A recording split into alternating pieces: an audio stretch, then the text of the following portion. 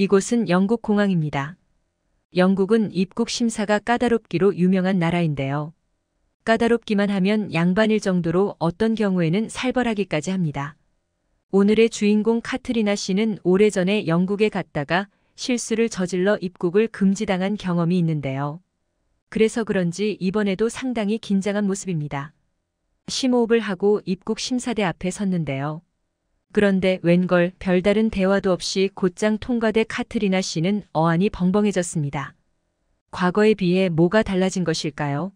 한번 자세히 알아보도록 하겠습니다. 해당 사연은 체코 여성 카트리나 씨의 SNS 내용을 바탕으로 재구성된 스토리입니다. 안녕하세요. 저는 체코에서 온 카트리나 샤프랑코바입니다. 체코가 유럽에서 주요국은 아니어서 잘 모르시는 분들이 많을 것 같은데요. 그래도 프라하라는 이름은 많이들 아실 것 같네요. 체코의 수도인 프라하가 제목에 들어간 한국 드라마가 있다고 하더군요. 남편이 말해줬는데 정말 그런가요? 저는 대학에서 일하는 교수입니다. 저는 사회과학 전공이고 지금도 이 분야를 열심히 연구하고 있어요. 지금은 한국의 대학교에서 일하고 있는데요. 한국인 남편과 결혼했거든요. 한국인과 체코인의 조합이라니 생소한 감이 있죠? 저도 제가 한국에 와서 일하게 될 줄은, 한국 남자와 만나서 결혼까지 하게 될 줄은 10년 전에는 상상도 못했네요.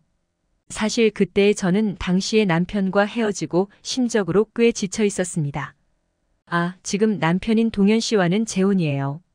어쨌든 당시 남편과 헤어지고 마음이 많이 안 좋았는데 세상이 그런 저를 위로라도 하려는 듯 저에게 좋은 기회가 왔었죠.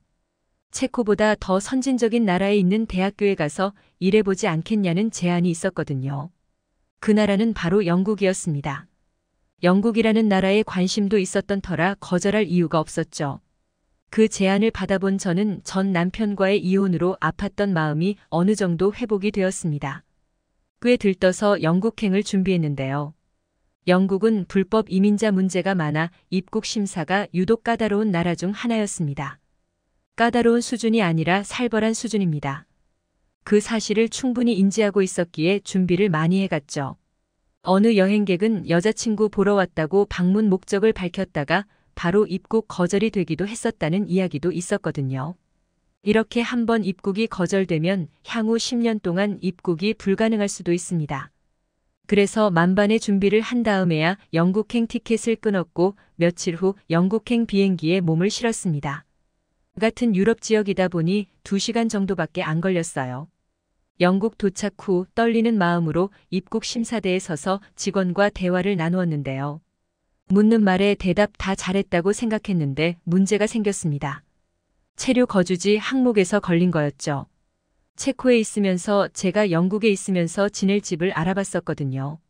좀 더 신중하게 일단 가서 직접 보고 했어야 했는데 그때는 그럴 시간이 없었어서 어쩔 수 없이 집주인이 보내준 사진 동영상만 보고 계약을 했었습니다. 집주인이 알려준 주소를 체류 거주지 항목에 적었는데 글쎄 직원이 말하기를 그런 주소는 존재하지 않는다는 것입니다. 그럴 리가 없는데. 죄송하지만 제대로 찾아보신 건 맞나요? 네, 지금 3번째 검색 중인데 나오지 않네요. 한 번만 더 제대로 봐주시겠어요? 직원은 한 차례, 아니 2차례 더 주소를 검색했지만 역시나 존재하지 않는 주소지라고 말했고 저는 그렇게 입국을 거부당했습니다. 그때 저는 멘탈이 와르르 무너졌죠. 입국이 거절당하면 향후 10년이나 영국에 갈 수 없게 되기도 했고 전 남편과의 이혼 때문에 힘들어하던 때라 제가 영국행에 심적으로 기댔었거든요. 그런데 그게 무용지물이 되자 크게 충격을 받고 무너진 것이었습니다. 체류 거주지에 무슨 문제가 있었냐고요? 제가 잘못 알아간 것이 아니라 정말 속상하게도 저는 사기를 당한 것이었습니다. 실제로 존재하는 집이 아니었던 거예요. 제가 받아본 사진, 동영상 파일도 전부 가짜였죠. 돈은 돈대로 잃고 마음은 무너졌습니다. 교수 생활을 하면서 공부, 연구만 하다 보니 마흔이 가까워져 가는 나이에도 세상 물정에 어두웠던 것 같습니다. 너무 크게 상심한 나머지 저는 인간 불신, 우울증에 걸려버렸죠. 저는 다시 체코 프라하로 돌아가 대학에 복귀했습니다. 하지만 그건 잘못된 선택이었죠. 당시에 저는 좀 더 쉬어주어야 하는 상태였습니다. 마음이 너무 아팠거든요. 결국 저는 정신과를 다니면서 어떻게든 한 학기를 버텼습니다. 한 학기가 끝나고 방학이 되었죠. 저는 방학 동안 쉬면서 겨우 저를 되돌아보고 또 살펴줄 수 있었습니다. 계속 안 나아지면 연구년이라도 신청해서 1년 동안 쉬어야 하나 고민했었는데 그럴 필요까지는 없어져서 참 다행이었네요. 병원에 다니지 않았다면 계속 전 남편과 사기꾼에게 배신당한 경험으로 오래도록 아팠을 거라는 생각을 합니다. 그렇게 2년이라는 시간이 흘렀는데 일상에 아무런 변화가 없이 똑같아서 슬슬 지겨워하고 있었는데요. 이제 슬슬 터닝 포인트가 있었으면 좋겠다고 생각했습니다. 그러던 중 또 저에게는 기회가 왔죠. 샤프랑코바 교수님. 아시아 국가에서 교수 한 명을 구하고 있던데 관심 있습니까? 몇 년 전에 영국 가려고 준비했다는 것 같아서요. 해외로 나가는 거 어때요? 그 아시아 국가는 한국이었죠. 제 인생의 획기적인 전환점을 가져다 준 바로 그 나라요. 저는 망설이지도 않고 일단 가겠다고 했습니다. 한국에 대해 조사하는 건 그 다음이었죠. 당시에는 한국에 대해서 많이는 몰랐어도 한참 성장 중이고 유망한 나라라는 건 알고 있었어요.